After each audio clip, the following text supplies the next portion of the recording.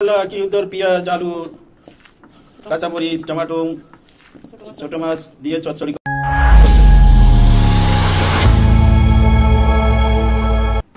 আসসালামু আলাইকুম, welcome back to my channel. কাছে এবং দূরে দেশ ও দেশের বাহিরে যে যেখান থেকে আমার এই ভিডিওটি দেখছেন, আশা করি আপনারা সবাই ভালো আছেন।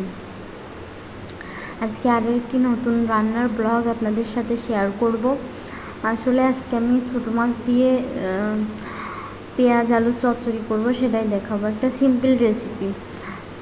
আমি শুধু একটু জিরা, হলুদ, মরিচ আর লবণ দিয়ে চচ্চড়িটা করব, কিন্তু খেতে অসাধারণ লাগে। পোড়া পোড়া চচ্চড়ি করব।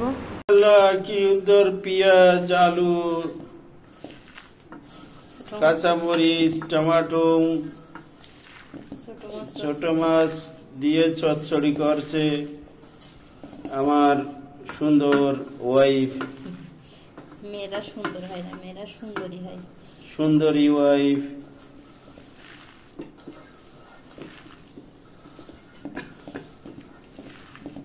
মাশাআল্লাহ, খুবই মজাদার করে তৈরি করছে। মারিয়ামের লোভ হচ্ছে, মারিয়ামের জিভে পানি চলে আসছে। এখানে মারিয়াম কয় কি কাঁচা তাই খাবে। এই মাছটা দিল। আর আসলে আজকে আমার হাজব্যান্ড ক্যামেরাম্যান, আরও সবসময় বক বক বক বক করতে থাকে। যেদিনই ওর দিয়ে ভিডিও করি সেদিনই অনেক কথা বলে, অনেক বক বক করে। আর আজকে সেই বক বকানিটা রেখে দিয়েছি আমি, মানে এডিট করে কেটে দিইনি, ভালো লাগলো তাই রেখে দিয়েছি। আর হাতে মাখা চচ্চড়ি সবসময় ভালো লাগে, বিশেষ করে ছোটো মাছের চচ্চড়ি এমনিতেই ভালো লাগে, যেভাবেই রান্না করো না কেন ভালো লাগে। আর হাতে মেখে একটা আলাদাই টেস্ট।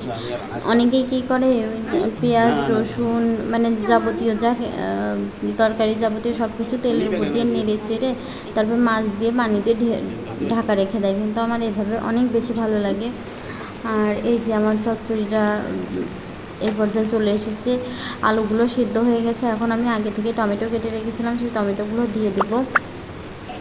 আর টমেটো, আমাদের বাড়ির ছোটো মাছ চচ্চড়ি টমেটো ছাড়া খাওয়াই যায় না, কেননা তানহার বাবার টমেটো অনেক পছন্দ। ছোটো মাছ চচ্চড়ির মধ্যে টমেটো দেওয়াই লাগবে। আর এই যে পুরো পুরো চচ্চড়ি হয়ে গেছে, অনেকটা দেখা গেলেও কতটা কমে গিয়েছে দেখতে পাচ্ছেন।